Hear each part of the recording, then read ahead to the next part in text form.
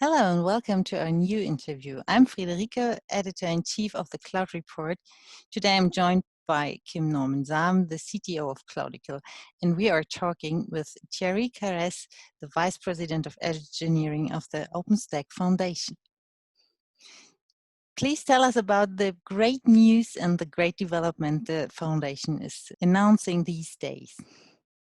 It's been 10 years since we started OpenStack, and when we started, there weren't so many different projects. There weren't so many solutions for providing infrastructure with open source.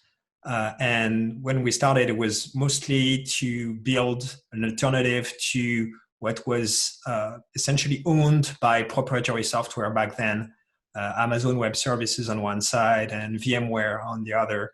So there was clearly a gap there. There was just nothing to do it with open source. And the solutions that were there were either really focused on private cloud and Amazon Web Service type emulation, or they were around VM management, but not really like a universal solution that would span public clouds and private clouds, but also expose like cloud native type APIs that would allow you to programmatically access infrastructure. OpenStack was started, and 10 years after, we are seeing the 22nd release of OpenStack, which is Victoria. And we built more than just OpenStack in the meantime. We built things that we are not necessarily meaning to build from day zero. We were on day zero, we were really focused on producing OpenStack, that very specific piece of software. But since then, open infrastructure has become something that is way beyond a single piece of software. What we're seeing is our users are combining software from everywhere. Like they would use obviously OpenStack, but also Ceph for storage, or Kubernetes for being able to deploy and manage complex applications. And so it's not just one project. It's not one thing you would put, like get from the shelf, like the way you would consume VMware 10 years ago. It's not a one-size-fits-all solution with like you get the package and you get everything you need. It's really like just a piece of software that you have to combine with other pieces to actually make a meaningful solution that will address your needs. And so during our journey, our 10-year journey, we built OpenStack. We also built a community of operators that are willing to share their experiences between each other, operating infrastructure software, open source infrastructure software in production. We've built a project infrastructure that lets us achieve the velocity that we have for OpenStack and the complexity of the number of various components that need to be integrated. So a software factory that is able to absorb the velocity of a project like OpenStack. And we built a network of events that all around the world, with local events, but also global events, that sustain that sharing of information that resulted from OpenStack, that was not necessarily the thing we started originally with. And so that's why like 10 years after the creation of OpenStack, we're seeing a lot of change, a lot more projects doing open infrastructure, like I said, Kubernetes, but other pieces that also are in the same ecosystem. We're seeing more and more needs for open source in general, like everywhere. Organizations have been turning to open source over the past 10 years, more and more. And in the infrastructure, that's pretty obvious now. New needs have emerged, like data sovereignty, especially in France and Germany. So cloud sovereignty is really a new concern, a new top concern. It used to be, security features, and now where the data is hosted and where it's computed is actually extremely important. And the big organizations in the US or in China can't really answer that. So open source really has a role to play in providing a solution there. We're seeing more and more compute needs moving to the edge. where like we distribute the compute infrastructure closer to where the resource is consumed and less in centralized data centers that are energy hungry and not very efficient. We're seeing new applications like augmented reality or artificial intelligence driving new needs in latency or elasticity of the infrastructure. And for all of those, the original like model where you just need to emulate what Amazon does in their giant data centers, that's no longer the case. We're seeing an enormous variety in the way that infrastructure is built. We're seeing everywhere people combining open source components to provide infrastructure for specific needs. So the whole one size fits all, Amazon decided what the cloud would look like forever 10 years ago. That was like a myth. When we started OpenStack, people were saying, you're crazy. Like you're going against Amazon and VMware, like the two largest tech companies, very successful in recent times. Even from a market perspective, it doesn't make any sense because private cloud is dead, public cloud is the only way. And public cloud is basically defined by what Amazon does with EC2 and S3. At that game, providing that very same service, that commodity hardware, commodity services, they will do it at a scale where you will not be able to compete. And we're saying, well, we don't think innovation is over. We don't think that like the game is already played and there will never be any innovation in the infrastructure space forever from now. And so yes, having our own API, yes, having our own services that may not be exactly the same as the ones that Amazon provides.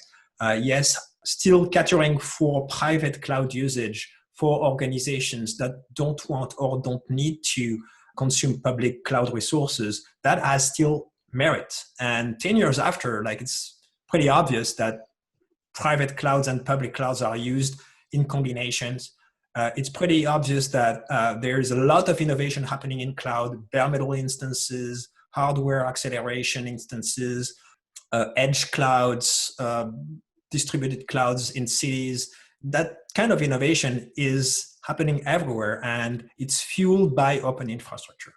And so 10 years after, it's obvious that the next decade of open infrastructure will not look like the past decade, where we were able to mostly focus on OpenStack. Now it's much more than OpenStack.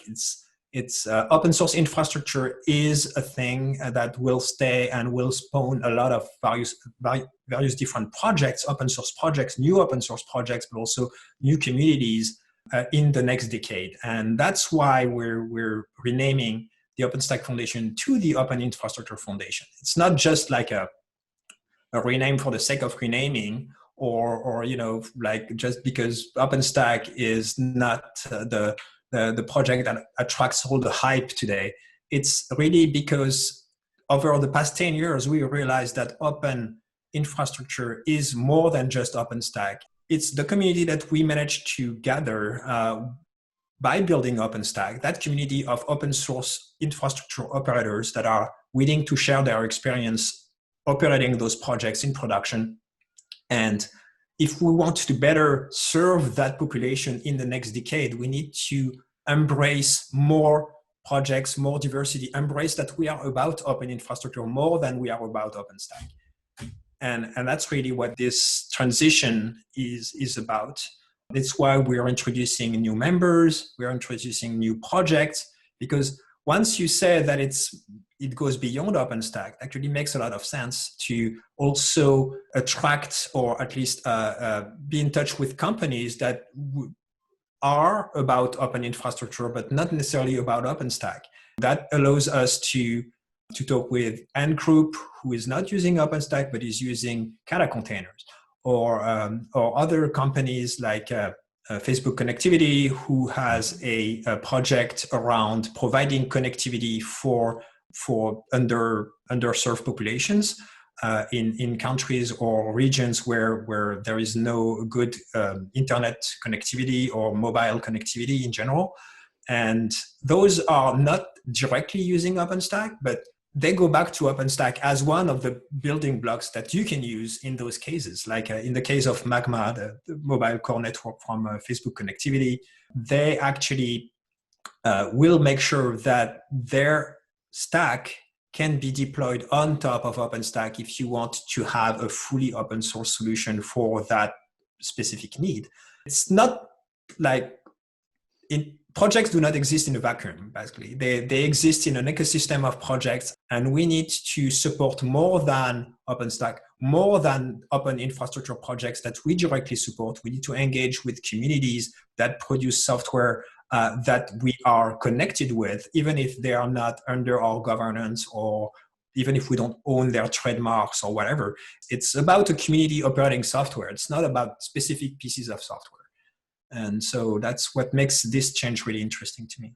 So OpenStack will be one part of the Open Infrastructure Foundation, but how alive OpenStack is shows the last release. You mentioned it, Victoria. Please tell us something about that and show us how vivid OpenStack is. For Victoria, it's our 22nd release, and it's a relatively short release cycle because it's been only 5 months. We usually release every 6 months, but depending on how the release falls with events, and we're trying to synchronize a bit with our events so that we have that content ready for our summits. So in that case, the release was just before the summit. So this week, actually, Wednesday. And so in 5 months, we had more than 20,000 changes that were merged, accepted in various OpenStack components. And that may be a very abstract number. It's very difficult to compare. But that's why we say that kind of velocity is actually achieved by only 3 projects, 3 open source projects in the world. So the Linux kernel, which is about 180 changes per day in average. OpenStack, which is in 130 changes per day on average. And Chromium, which is around 200 changes per day on average.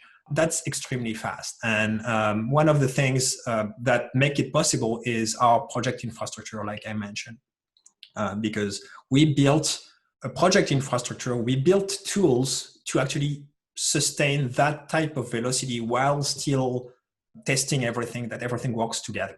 And that's why we created Zool, the Zool continuous integration system, because if we tested things correctly with whatever was available on the market, we could not go past 24 changes per day because each test that we would run for each change would take an hour. So if you want to test that all changes don't break each other, you could only merge 24 changes in a day. And so we created a piece of software that would allow speculative testing of the various patches that we push to the stack so that we would break that 24 changes per day barrier. But every other project has to make a choice between testing less, introducing potential breaks, or using the type of tooling that we had to develop. And that's what we built with Zool. So 20,000 changes per day, 20,000 changes over 5 months, which amounts to 130 change per day, is a significant velocity, especially if you want to test things as you go.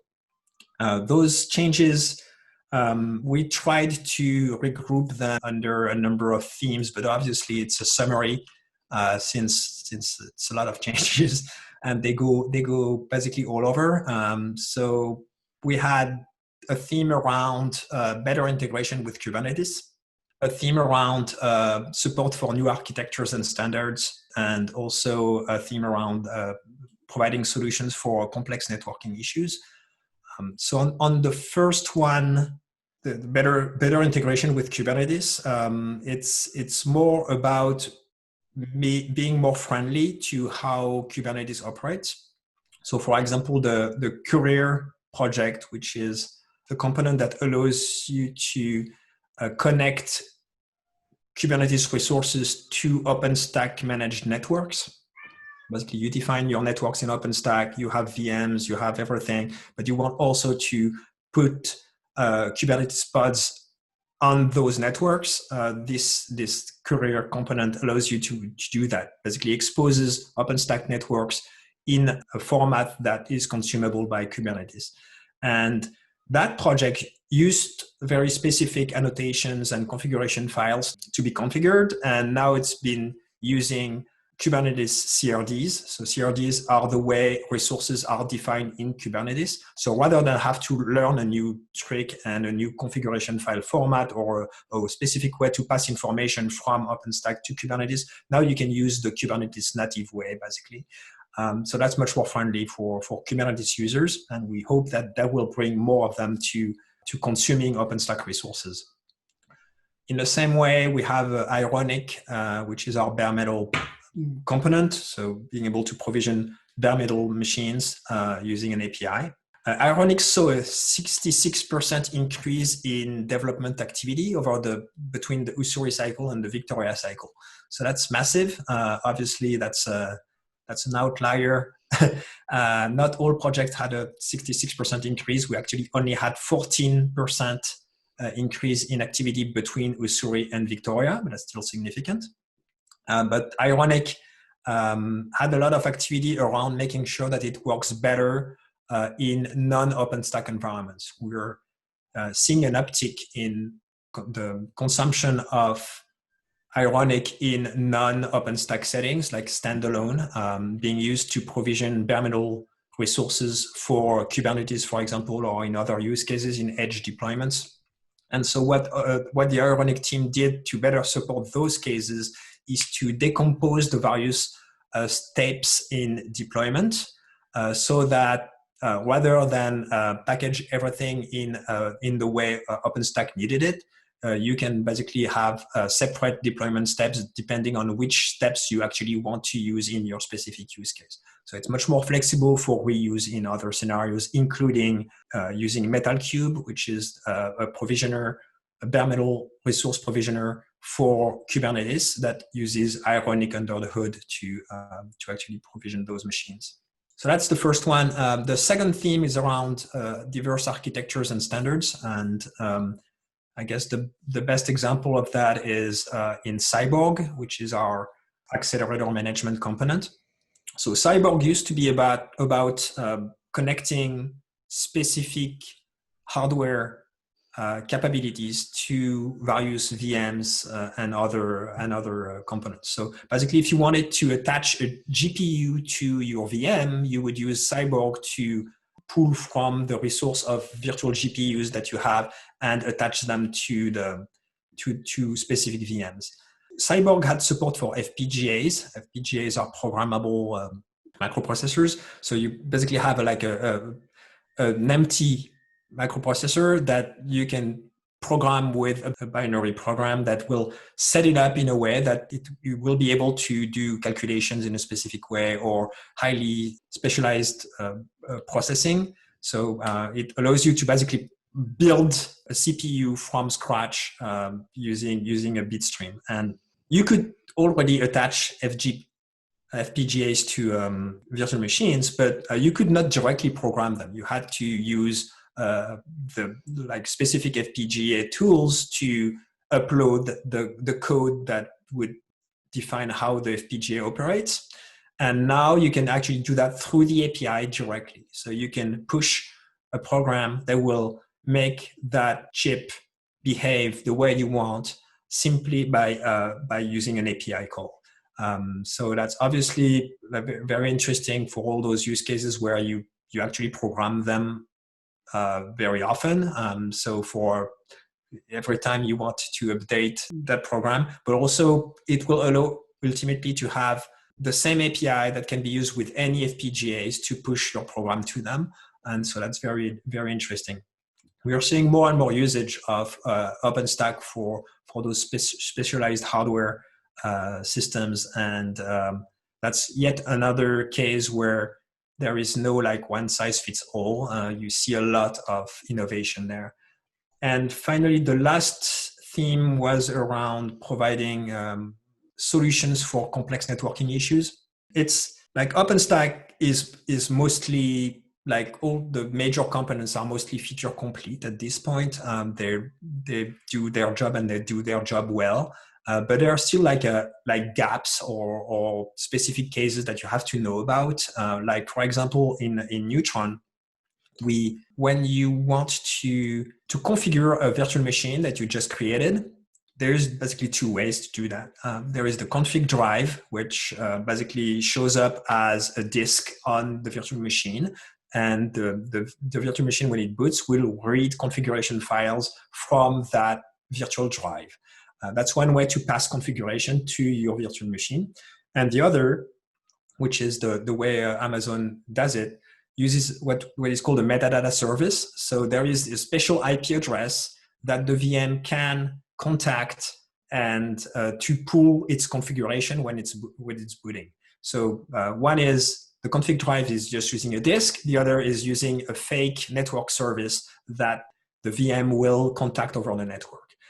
And for that last thing, we only supported IPv4. So that metadata service was only available under IPv4 because that's the way Amazon originally set it up. But now we're seeing more and more cases where you have IPv6 only networks. So those were not able to make use of the metadata service. They had to use the config drive. And Neutron just added the support for accessing the metadata service over IPv6, which is a very minor feature. But if you were in that specific problem case, it's very important that you can do that. So what we are seeing is that we are plugging all the holes in the feature set that were like slightly weird. So if you use the metadata service, you could, but only on IPv4. Now it's available for everything. So we are constantly improving the feature set, but more in covering the gaps rather than completely new features, because there are so many ways to like start a VM, stop a VM. Those key features are already well covered now. Mm-hmm. So that would be the main themes for OpenStack Victoria. Okay, great. Short question. If we are looking on OpenStack, it's an ecosystem of many sub-projects. What do you see for the future? Is this ecosystem growing to create other OpenStack projects, or will it more shrink to the core features of OpenStack and maybe extend to other features to build on top of OpenStack by using other technology streams like Kubernetes or other? Yeah, what we're seeing with OpenStack in general is that there is, like you said, a core set of like base infrastructure services like Nova, Keystone, Cinder, Neutron, Ironic now, Manila, file systems as a service. And beyond that, over the past 10 years, we built a number of other services, slightly more advanced, more like up the stack. And some of them are still here and still relevant. But it's true that as new things have been consuming OpenStack, some of those have been replaced. Like, for example, we used to have a project called Murano, and that was about providing applications that you would deploy automatically on VMs. Yeah. And since like 2014, we have containers, Docker, that was extremely popular way of packaging applications for reuse on any infrastructure. And so Murano is basically like the way we did things before containers were existing, but now that a better technical solution, a more universal solution has been found, well, it doesn't make that much sense anymore. What makes sense though is to have like an API to directly run a Docker container on OpenStack. So that's why Zune was created. And so Murano basically did not go anywhere, but Zune has been adapting to the state of technology, the way technology has been evolving. So yes, I'm seeing, I think the core set of project will always be there. Then there will be some peripheral project that will no longer be relevant in the technological like landscape that we have. Some that will be made necessary by the changes by the evolution in technology. and those will be created. Will potentially have users for a while, and potentially then move away as new ways of doing things will emerge. It's not just like the core set of project will be there forever and everything else will disappear. I still see the need for other projects to appear. More recently, we've seen like the latest project we've added is around providing like a business intelligence on top of OpenStack, essentially for public clouds. So, for example, if you need to onboard new users and you have a number of resources to create whenever you create a new user, like those type of workflows, everyone had to implement them separately. Every operator had to create them. And so Adjutant is a new project that tries to federate multiple operators to maintain those workflows, those operational workflows together. So it's not like a user-facing service. It's more like an operator-facing service, but it's still very interesting for our existing users to have that kind of collaboration happening in OpenStack. So that's one thing for OpenStack. Beyond OpenStack, now that we used to be a bit blocked by like our community, everything our community did was OpenStack until 2017 and 2018. And so there's things that our community could have tackled that they did not tackle because there wasn't they did tackle it, but outside of the OpenStack community. And now that we've explained that we're more about open infrastructure than we are about OpenStack, we've seen projects like Airship or Starling X that would never have been possible if we had stayed the way we were. So Airship has been created by OpenStack operators for OpenStack operators, trying to have a more advanced way to deploy open infrastructure in general, not just OpenStack. And so obviously it couldn't be an OpenStack component, it had to be something else. And it's great that it was created as an open infrastructure project under the OpenStack Foundation. We are also seeing projects that are open infrastructure projects that are very interesting to be combined with OpenStack and other solutions, but that don't necessarily need a foundation or as much as big projects would. So Rust VMM, for example, is a collaboration that is spawned out of the Firecracker project from Amazon. And they basically want to build reusable components to build virtual machine managers. So that's the components that are used to build Firecracker on one side, but also Cloud Hypervisor, which is VMM from Intel. And that type of collaboration is pretty simple. It's pretty low touch.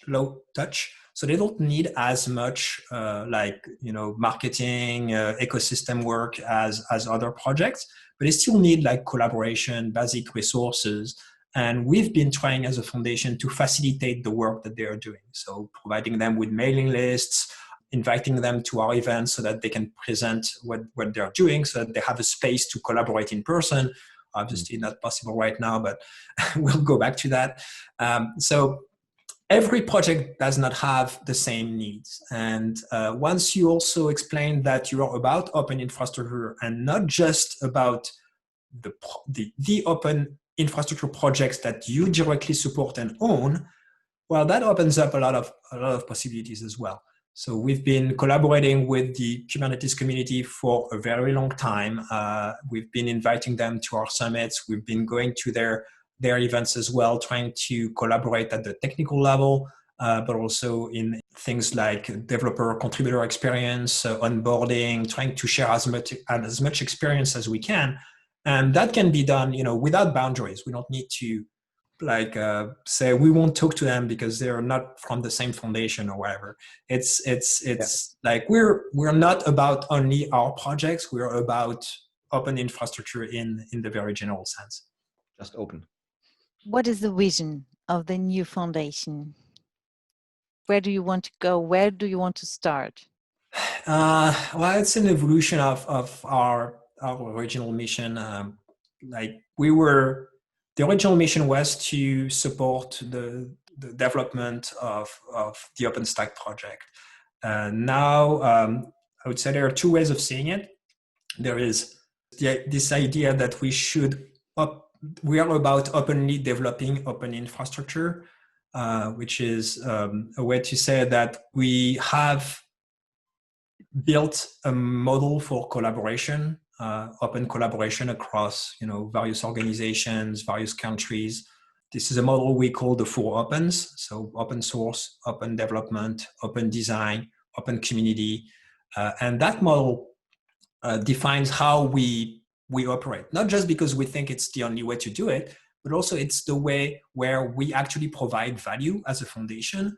Because if if you're not collaborating in the open, well, that's a valid way of building software. But then why do you need a foundation? Like, why do you need a neutral ground for accepting all those collaborations? Why do you need neutral events where anyone can participate? Why do you need a structure to host the governance of your project in a way that puts nobody in charge?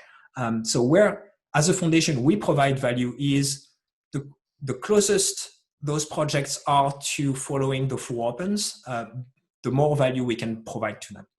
So that's one thing, openly developing. Open infrastructure, I think we've been defining it for a while now in this talk. It's open source solutions for providing infrastructure. That's different from cloud native. Cloud native is developing applications that are designed to run on programmable infrastructure.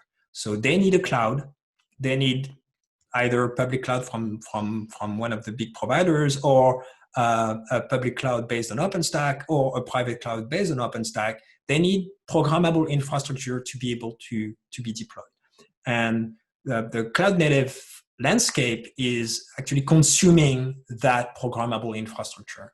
And so that's what we mean by open infrastructure. It's clearly positioned in this new role that we are seeing in so many companies and so many public clouds now. This role is about providing infrastructure for others to deploy their applications on. So that's where our focus is. The other way to see it is that we support communities that build and operate infrastructure software in production. That's if you take the user side view. My original pitch, openly developing open infrastructure, is the developer view, like the software developer view. We're about open infrastructure and about openly developing those projects. But if you take the user view, it's about sustaining those users those communities that build and operate infrastructure software in production. Because then it's not just about like the way we build it. It's also who is part of our community. And one of the things that we've been building over the past 10 years is this community of operators that are ready to share their experiences willingly in public to exchange best practices, to exchange build recipes and stuff. Like one of the things that I've been personally involved with in the past year is the large scale SIG. So it's a special interest group that gathers a number of large scale operators to work on making sure that OpenStack, when you scale and add more nodes, that the type of issues that you encounter when you do that are properly documented, so that basically when you go from hundreds of nodes to thousands of nodes, there is not this big unknown of what will happen. Like if you look at the current documentation, it's more for like those few hundreds that you start with, and not necessarily to go to the thousands or the tens of thousands or the hundreds of thousands or the millions like we are seeing now. It's that part is mostly non-documented. It's all in the knowledge of those operators, and they are not like keeping it as a secret. It's just that they don't have time or energy or enough peers to compare notes with before sharing them. And that's what we're trying to push with this large scale SIG, is like trying to get them to collaborate, check notes, see if they encounter the same problems, if they follow the same solutions, and so that we can document those for the next hundreds of users that OpenStack will have. And so this vision of a community of operators operating that software in production, not just like playing with it, is really key to the Open Infrastructure Foundation. If we manage to get those users more directly engaged with the project, we're in a very, very good shape. Great, thank you. I really like your answers, and I really like your painting the picture of the new foundation. And thank you for your time and for your answers.